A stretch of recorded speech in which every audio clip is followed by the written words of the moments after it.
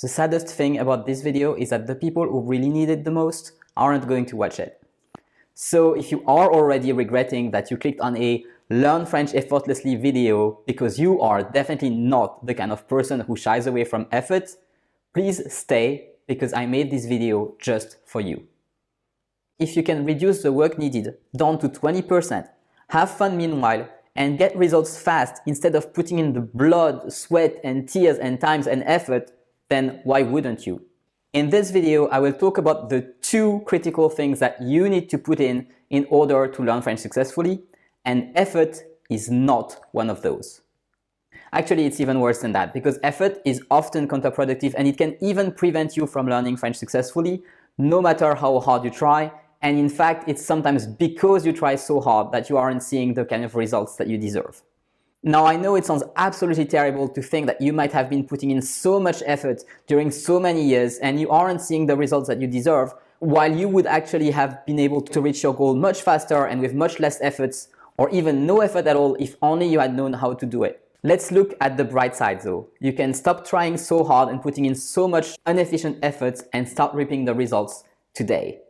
So if that sounds interesting, keep watching. My name is Angèle Préto, I'm a French learning coach, and on this channel we talk about what it really takes to learn French. First, let's take a look at what typically happens when you decide to learn French and you seek out a teacher or a class or a method.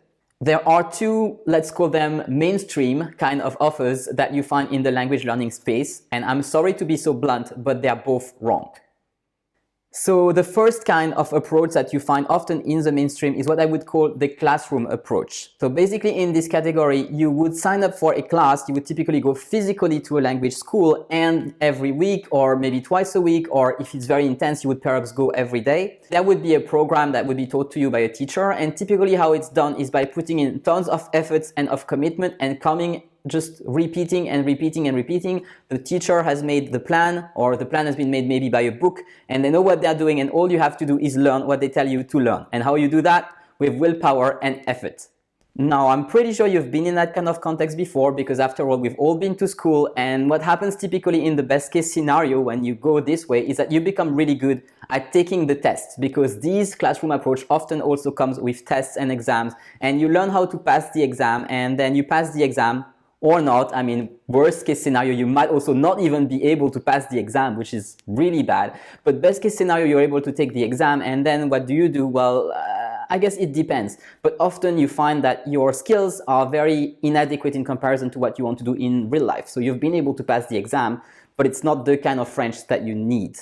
Honestly, I have met countless people who have passed their exams and still aren't able to speak French, and worse even, they have terrible memories of the classrooms and they just think that learning French is not for them. Typically, when you're in that kind of situation where you have been to school and you have diligently learned, but you find that you don't have the kind of skills that you would like to have in order to speak French in your real life, you do one of 2 things. Either you give up, and that's not really helpful, or you try harder. But trying harder to do the same thing which hasn't worked the first time is not going to help you either. Or maybe you will give up or try harder intermittently, and that doesn't work either because, back and forth, we know it's not a solution. So some people, having seen that this effort-centered approach was really not efficient, have decided to come up with a different approach, and they have come up with the idea of using human psychology to sort of trick your brain into learning without effort. And honestly, that was a great idea, but the execution just isn't great. That's when you enter the realm of language learning apps, because apps, whether they're about language learning or about anything else, are very good at hooking you and getting you to keep using the app without effort. That's a thing that they just learn how to do through studying human psychology, and they're paid a lot of money to do that, and they just know how to do it really well. Believe me, I used to work for an app before. That's the kind of approach that is used by applications such as Duolingo. So you might have a lot of fun with those apps, and you might return to them easily and get a little bit of language learning, I use the quotation marks on purpose, done every single day. In fact, you might even get addicted to them and feel quite good about your streak and whatever it is that they use to make you return, until you try to actually use the language in real life. At this moment, you typically realize that you haven't really been learning a language. Instead, you have been playing with an app and it was really, really fun, but you are still very, very far from actually knowing the language and being able to use it in real life. And the app is not going to get you there. So what gives? Are you going to get another app or get back to the classroom approach or try harder? Well, we know how that went. Like I said in the introduction, learning French successfully requires two elements and effort is not one of those. However, both of these elements are critical and none can succeed alone. The reason why those two approaches fail is because even though they look very, very different from the outside, they only include the first of those two elements and they completely neglect to include the second one. So the first key element, which is included in both the classroom approach and the apps, is the element of commitment. The idea that if you return to it every day or every week, or you at least practice regularly, you will make progress. How you achieve commitment is in the first kind of approach is by just committing, basically. Often it's even coercive, as in if you're a child and you're not going to school, you will get into trouble, so you have to go, so you're committed. And that's the first approach. And the second approach, which is typically used by app, organize commitment by hacking the reward system in your brain and just making you return, because each time you go, you basically get a shot of dopamine. Honestly, the idea of hacking your brain's reward mechanism is not at all a bad idea, and I even recommend doing it. You can do it in a healthy manner for creating habits, and by the way, I've created this video about how to create French learning habits that will help you progress much faster. We know you need to be committed and ideally study French every day, so whatever can help you study without willpower or effort is absolutely great, and I completely recommend it. So commitment is absolutely critical, and all those mainstream approaches are absolutely right to include it at the center of their approach. Unfortunately, commitment alone doesn't work, or it works very poorly, and when it doesn't work well, our answer is often to commit more or try harder. And as we have already seen, this is often counterproductive. Unfortunately, a lot of people actually give up on their French study or language study in general, and they end up thinking that they don't have the language gene or they're just too dumb to learn because no amount of trying hard or tricking their brain is going to get them there. But as I already told you, it's not because you're dumb or it's not because you don't have the language gene or whatnot. It's just that you don't have the second element that, as far as I know, most approaches just do not have. They have commitment, yes, they have this one, but they don't have the other second one. So what is that mysterious second element that most mainstream methods just fail to include altogether? This second element is intentionality, or being intentional with your study. Now, what do I mean by that? Even before you start to learn a language, you need to know what you are shooting for. Every time I start coaching a new one-on-one student, I spend at least an hour listening to them and just understanding their goals and their needs and where they are coming from and what are the kinds of results that they want to achieve. Now, it would be easy to think that this is just wasting time, just cut the talking and just let's get to the teaching. But actually, this time we take at the beginning is the most critical of the entire coaching program.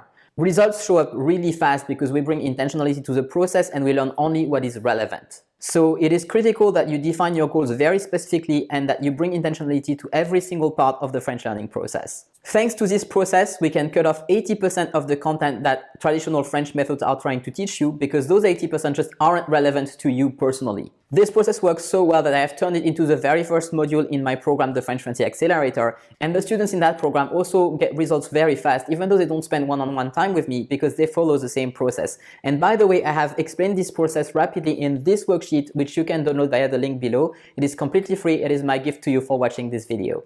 Now, could you compensate the lack of intentionality with effort?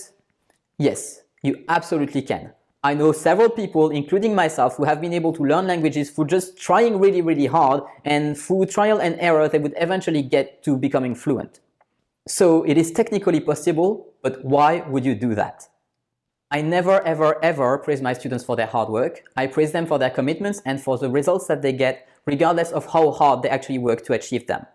And to be honest, often I also tell them to just work less hard and be a little bit more intentional in their French learning practice. If you can reduce the work needed down to 20%, have fun meanwhile, and get results fast instead of putting in the blood, sweat, and tears and times and effort, then why wouldn't you? Hard work is a trap. In our society, we praise hard work as if it was a sure way to success, and as we have seen, it just isn't. Vishen Lakhiani even says, this whole thing about hard work, guys, is rubbish. It is absolute rubbish. It's a bullshit idea that needs to be swept into the dustbin of history. The attitude of trying harder and harder, often for poor or even diminishing returns, is known as efforting. Efforting is something you want to ban from your life because it exhausts you and it doesn't get you any closer to your goals, or hardly. In fact, most people practice efforting because they just don't know any better, and sometimes they don't even realize that they do it. They just think it's how life is, and perhaps you do too. And if you do, then that's okay, you can stop now.